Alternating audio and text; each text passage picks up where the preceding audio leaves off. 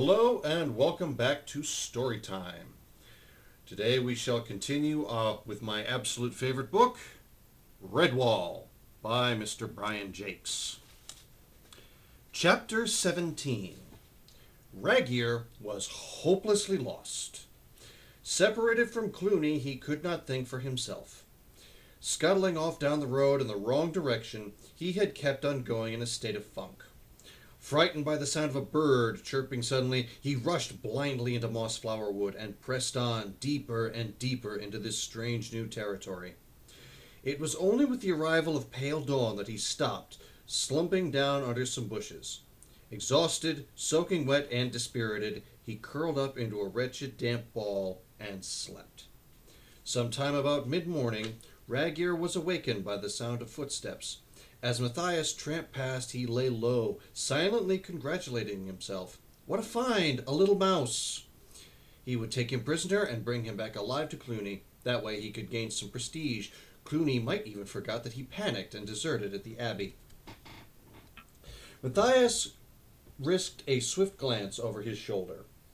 There was a rat clumsily trying to stalk him, a fat, awkward-looking rodent, but nevertheless an enemy.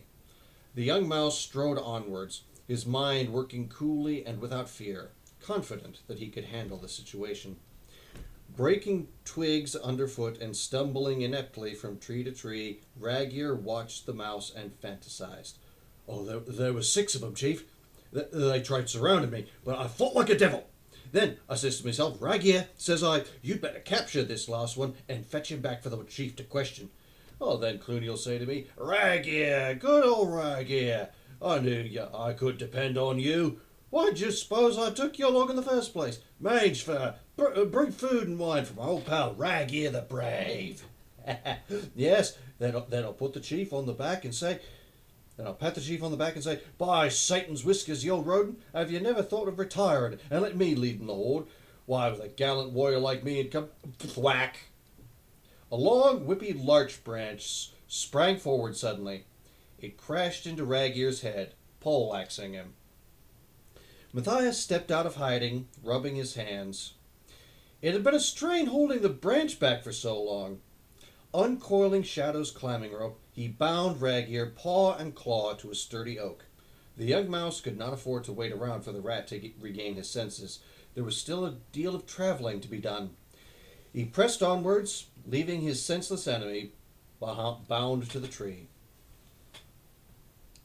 The rain stopped. Within minutes, the hot June sun burst down on Mossflower, as if an apology for its absence. Clouds of steaming mist arose from the woodland floor, mingling with the golden shafts slanting down through the trees. The birds began singing. Each flower and blade of grass was decked out in jeweled pendantry with necklaces of sparkling raindrops. The sudden warmth flooded over Mathias, cheering him onwards. Humming a tune beneath his breath, he strode out with a will, almost breaking from the cover of the trees straight out into the flat meadowland. He checked himself just in time. Directly ahead lay a vast overgrown area which was neither pasture nor meadow. It was the common land that had once belonged within the curtilage of St. Ninian's. Mathias crouched at the edge of the woods. He could see the back of the church. There were 10 or 12 rats patrolling it, some distance away. Before he dealt with that problem, there was still the common land to be crossed. Clumps of thistle and slight ground hummocks would be his only cover.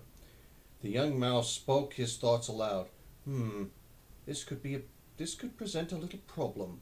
A strange voice answered him. Problem? A little problem? Well, at least it's not a fully grown adult problem.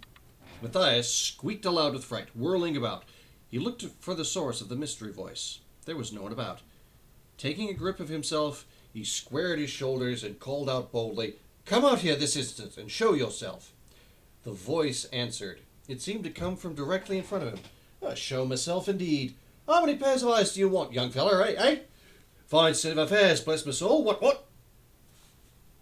Mathias narrowed his eyes and looked hard. Still nothing. I warn you, come out and show yourself. He shouted irritably. I'm in no mood for playing games. As if by magic, a lanky hare popped up right beside Mathias. An odd patchworked creature. His fur was an ashen hue with blots of gray and light brown flecked white on the underbelly. He was very tall, with formidable hefty hind legs and a comical pouched face topped off by two immense ears which flopped about on their own accord. With a courtly, old-fashioned manner, the hare made a leg, bowing gracefully. His voice carried a slightly affected quaver. "Basil Stag Hare at your service, sir. Expert scout, hind-leg fighter, wilderness guide, and camouflage specialist. Liberator of tender young crops, carrots, lettuce, and other such strange beasts. Pray tell me whom I have the pleasure of addressing, and please state the nature of your little problem." Mathias decided the peculiar hare was either slightly mad or tipsy. But his outmoded manner was certainly friendly. The young mouse humored him accordingly, bowing low with a paw at his waist. "Good day to you, Mr. Basil Stag Hare. My name is Mathias. I am a novice in the Order of Redwall Mice. My immediate problem is to cross this land to the church or yonder, without being discovered by the rats who are guarding it." Basil Stag Hare tapped one of his huge hind feet gently on the ground. "Mathias," he laughed. "What an odd name, to be sure."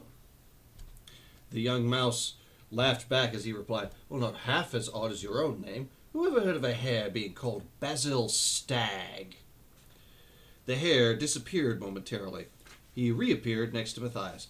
"Ah, well, hare's the family name, don't you know? My parents named me Basil, though the old mater wanted me to be called Columbine Agnes. Always longed for a young lass, she did." "But why Stag?" Mathias inquired. "Oh, noble creatures, Stag," the hare sighed. "Did I ever tell you I wanted to be one? Magnificent royal stag with great coat-hanger antlers. So I went down to the jolly old river one night and christened myself Stag. Had two toads in it as witnesses, you know. Oh, yes." Mathias was unable to hide his merriment. He sat down and chuckled. Basil started chuckling too. He sat down beside Mathias. "I think I'm going to like you, my boy," he cried. "Now, what about getting you to that church? Why, there's nothing simpler. But time enough for that later, young rip. How about you telling me what brings you here? I love listening to a good yarn, you know. Oh, by the way, I hope you like fennel and oatcakes. Of course you do. You'll share lunch with me. Of course you will. Young'un, like yourself?" In a flash, Basil had lugged a haversack from the undergrowth and was spreading a repast on the grass between them. For the next half hour, Mathias related his story between mouthfuls of the hare's tasty luncheon. Basil listened intently, interrupting only when he required clarification on some point. Mathias finished his tale and sat back awaiting comment. Basil's long ears flopped up and down like railway signals as he digested his food and his friend's information. Rats. I knew they'd come eventually, though through intelligence on me grapevine, you know. Could feel it in the old ears, too. As for Redwall, I know it well. Excellent type, added Abbot Mortimer. Splendid chap. I heard the Joseph bell tolling out the sanctuary message. Even had some cheeky old hedgehog telling me to run for it. Couldn't go, of course. Dear me, no. That'd never do. Chap deserting his post. Bit of a bad show, what? I prefer my own company, you know. Present company, excepted, of course. Oh, of course, Mathias agreed. He had taken enormously to the hare. Basil sprang up in smart military fashion and saluted. "Right, first things first. Must get you across to the church. Young fellow me mouse. I say, that green thingamajig you're wearing, habit, isn't it? Capital camouflage. You just try lying down anywhere in the shadows. Believe you me, you'd have trouble finding yourself. Top hole cover, absolutely." Basil stopped and ruminated for a moment. His ears lay flat, stood up, and then pointed in opposite directions. He continued. "Now, when you've liberated your bit of tapestry or whatever, make straight back across the common. I'll be waiting. Never fear. Good. Well, come on, young bucko. We can't sit about here all day like two fat rabbits at a celery chew. Up and at 'em. Quick's the word and sharp's the action. Nip about a bit, young'un." Again, Basil vanished only to reappear some 3 yards out on the common. "Come on, Mathias. Tack to the left and wheel to the right. Bob and weave, duck and wriggle. Look, it's easy." Mathias hurried to follow, keeping in mind Basil's instructions. Surprisingly, they seemed to work perfectly, and before long the two friends had covered nearly 3/4 of the common land. Mathias could even count the whiskers on some of the rats. He covered his mouth with a paw to stifle a giggle. That's very simple, isn't it, Basil? How am I doing? The hare bobbed up beside him. Capital! Bung-ho! Like a duck to water, young fellow. Flop me ears if you aren't the best pupil I've ever had. By the way, is there anything I could do to help? Mathias stopped and looked serious. Yes, there is, Basil, but I feel reluctant to ask you to involve yourself in my fight. Basil Stag Hare snorted. Rubbish! My fight indeed. Do you fondly imagine that I'd sit there munching at the old nosebag while some ugly great rodent and his band of yahoos run about conquering my countryside? Huh! Never let it be said in the mess that Basil Stag Hare was a backward in coming forward. Ask away, Mathias, you young curmudgeon. The hare puffed out his narrow chest and stood up with paw on heart. His eyes closed, his ears standing straight up. He awaited orders. The young mouse, hiding a smile at Basil's noble pose, said admiringly, Oh, Mr. Hare, you do look heroic standing like that, thank you. Basil opened one eye to look at himself. Yes, he did look rather gallant, a bit like the monarch of the glen or the stag at eve. Not that a young mouse would understand anything of that nature. Mathias expressed his wishes to the stag. Would it be possible for you to create some kind of diversion while I'm getting the tapestry? Could you keep the rats occupied, Basil? The hare twitched his ears confidently. Say no more, laddie. You've come to the right stag. Listen carefully. You cut across the flank to their left. They took a piece of planking out of the fence by the lich gate. That's where you'll slide through. When you've got what you came for, then make your exit the same way. I'll go somewhere about keeping an eye on you. Right, off you go. Mathias went swiftly, still remembering to bob and weave as Basil had taught him. He made it with ease to the fence, glancing back to check on his companion. Basil went into a speedy run. He cleared the fence top at a bound and tapped the nearest rat on the back. I say, old thing, where's this leader fellow, Clooney or Looney, whatever you call him? Completely staggered, the rat stood slack-jaw. Basil left him and popped up beside another rat. Phew, dear, don't you chaps ever take a bath? Listen here, you dreadful creature, do you realize that you smell to high heaven? Oh, by the way, did your parents ever call you Pongo, or did they smell as bad as you? It took the rat sentries a moment or two to recover from their surprise. Then they let out yells of rage and tried to seize the impudent hare. It was like trying to catch smoke with their claws. Basil ran rings around them, keeping up with a steady stream of insults and adding to the rats' bad temper. They shouted angrily, Grab that big skinny rabbit, lads! Oh, big skinny rabbit yourself, cat's meat. I'll stick his damn guts on me pike. Oh, temper. Tut, such language, if your mother could hear you. Blast! He's as slippery as a greased pig. Oh, some of my best friends are greased pigs, bottlenose. Oops! Missed me again, you butterfingers, you. Mathias chuckled softly and shook his head in admiration. He watched 12 rats falling over each other and bumping heads as they chased his friend around the common land. Every now and then Basil would pause and strike his noble stag attitude, letting the rats to get within a whisker of him. Nimbly, he would kick out with his long, powerful legs and send them all sprawling in a heap. Adding insult to injury, he danced around the fallen sentries, sprinkling them with daisies until they arose, cursing him to continue the chase. Wary that there might be other rats about, Mathias climbed into the church through a broken stained glass window. He dropped down into the lady chapel. The young mouse wrinkled his nose in disgust. The beautiful old church was rank with the heavy odor of rats. Furniture was overturned, statuary broken, walls stained, pages of torn hymn books lay about everywhere. But where was the fragment of tapestry? And where was Clooney with the rest of his army? Instant realization sent a leaden weight thudding into the pit of Mathias' stomach. They had gone to attack Redwall. Clooney must have the tapestry with him. Mathias felt sick at the thought. Hastily, he climbed back out of the window. Halfway across to the fence, he noticed a small shed.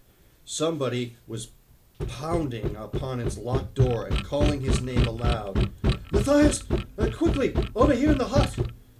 Through a small gap in the door, he could see the Vole family. Their paws were tightly bound. Colin Vole huddled piteously on some dirty sacking in a corner, while Mr. Abram Vole and his wife battered away at the door with their paws tied together. Mathias called through the crack to them. Stop banging. Stay quiet. I'll have you out of there as soon as I can break the lock. Mathias cast about for something that would force the padlock and hasp. Doubtless some rat had the key, but there was no time for that. By a stroke of luck, he found an iron spike that had been thrown at Basil by one of the rats. Forcing the spike in the hoop of the lock, Mathias levered away. It's not budging, he muttered. From the corner, Colin Vole started to weep aloud. Oh, we'll be locked in here until Clooney gets back. I don't want to face him again. Do something, Mathias. Save me. Despite the Vole's wretched predicament, Mathias could not help showing his contempt for Colin. Do stop whining, Colin. It doesn't help matters, and keep your voice down. There may still be rats about. Try to be brave like your mum and dad. In his frustration, Mathias swung the spike at the lock. It bounced off, lodging deep between the hasp and woodwork. He grunted in exasperation, pulling it savagely towards himself to loosen it. Taken off balance, he went head over tail. The hasp had broken. It came away, bringing with it some twisted, rusty screws. The door swung open. Drawing his dagger, Mathias hastily cut the bindings from the paws of the voles, issuing orders as he worked. Follow me and do as I say. Move as quickly and quietly as you can. Cautiously, they slipped through the broken fence and began making their way across the common. There was no sight of the rat sentries. Mathias guessed that they were off somewhere, still trying to catch the elusive hare. It was mid-afternoon. The common was peaceful and sunny. Butterflies perched on thistle flowers, and grasshoppers serenaded each other with their ceaseless cadences. Abram Vole insisted on shaking Mathias by the paw and congratulating him. Mathias, thank you with all my heart for saving my family. We thought we were doomed. The young rescuer looked grim. We're not back home yet by any means, Mr. Vole, and even if we do make it back to the Abbey, I dread to think what we may find. Mrs. Vole nodded vigorously. Aye, we saw them leave the church to march on Redwall. Clooney was leaving the villains with Martin's picture tied to his banner. My, oh my, you never did see so many wild rascals in all your born days. Mathias's brow creased in a worried frown. I wish I hadn't sneaked off from the Abbey this morning. I do hope Constance has all the defenders on the alert. It was only seconds later that Mathias wished that he had also been on the alert. The sentry rats had become tired of chasing Basil. Wearily, they made their way out of the woods and back to the common land. They sat on the grass behind a low hummock, taking a break together. Mathias and the Vole family walked straight into the middle of them. And we shall continue next time.